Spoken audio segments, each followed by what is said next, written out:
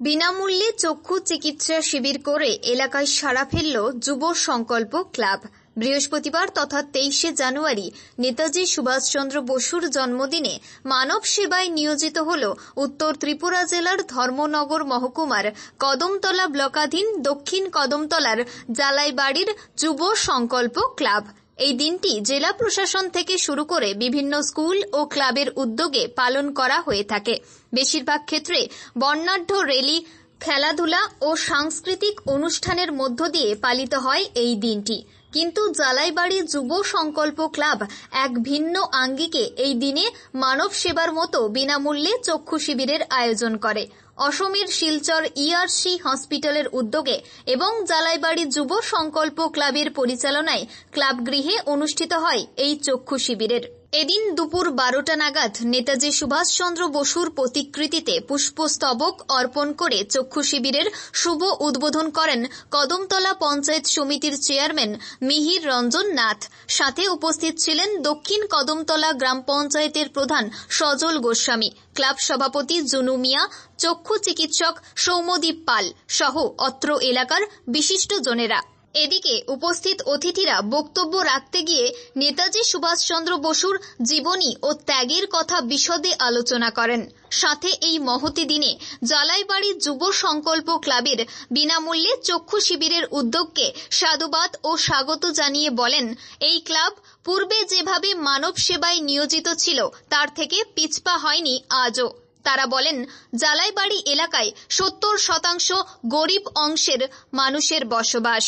সেখানে বিনামূল্যে চক্ষু শিবিরের অত্যন্ত প্রয়োজন ছিল, যা করে দেখিয়েছে যুব সংকল্প ক্লাব। সাথে আগামী দিনে আরও বৃহৎ পরিসরে চক্ষু ও স্বাস্থ্য শিবিরের আয়োজনে যুব সংকল্প ক্লাবকে সর্বোপরি সাহায্য সহযোগিতা করবেন বলেও আশা ব্যক্ত করেন অতিথিরা। অপরদিকে এদিনের বিনামূল্যে চক্ষু শিবিরে এলাকার প্রায় 150 জন মানুষ বিনামূল্যে চক্ষু চিকিৎসা করে ঔষধপত্রের সুবিধা লাভ করেন। সাথে অর্ধেক দামে সুবিধা নেন চশমার। ব্যুরো রিপোর্ট, নিউজ অবিকল। 23শে জানুয়ারি আমাদের বাঙালি জাতির গর্ব, আমাদের নেতাজি সুভাষচন্দ্র বসুর জন্মবার্ষিকী উপলক্ষে আমাদের যুব সংকল্প ক্লাব এবং শিলচর ERC হসপিটালের যৌথ উদ্যোগে আমরা চক্ষু চিকিৎসা শিবির করতে যাচ্ছি এবং বর্তমানে চলছে চক্ষু চিকিৎসা শিবির। আমাদের ক্লাবের মূল পরিকল্পনা এবং সংকল্প ছিল আমাদের যারা গ্রামের দুস্থ মানুষরা রয়েছে ওনাদের বিভিন্ন মাধ্যমে গিয়ে আমরা ওনাদেরকে বিভিন্ন সুযোগ সুবিধা দেব। আমরা এই এলাকায় ঘোরাফেরা করে আমরা দেখতে পেলাম আমাদের এলাকা যেহেতু গরিব এলাকা, যেখানে 70% মানুষ দরিদ্র সীমার নিচে বসবাস করছে, ওনাদের বেশিরভাগ মানুষের চোখের সমস্যা রয়েছে। ওনারা আমাদের পার্শ্ববর্তী রাজ্য আসামের শিলচরে যেতে যে টাকা পয়সার প্রয়োজন সেটা ওনাদের কাছে নেই। তখন আমরা উদ্যোগ নিয়ে আমরা শিলচর হসপিটালের ERC হসপিটালকে নিমন্ত্রণ জানিয়েছিলাম। ওনারা আজকে এসে আমাদের এলাকার প্রায় বর্তমান অবস্থায় 150 জনের মতো রোগী হয়েছেন, ওনারা পরিষেবা দিচ্ছেন বিনামূল্যে।